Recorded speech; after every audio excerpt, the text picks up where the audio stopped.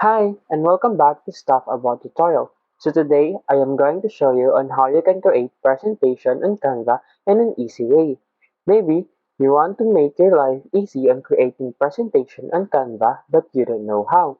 So today, I am going to show you how you can create presentation on Canva in an easy way.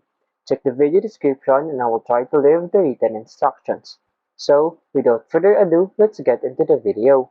First you need to do is to open your Canva application. Once you open your Canva application, simply tap on this presentation button.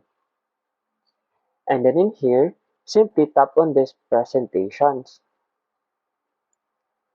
And in here, simply tap this plus button to automatically create a new presentation. So to make your life easier, simply go to this design and you will see here many templates. Use the templates to make your life easy. And you can see here many templates. You can choose the templates that you want. For example, this one.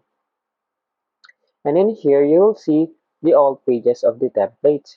You can either select one of them to apply to your page. For this example, I will tap on apply all 10 pages.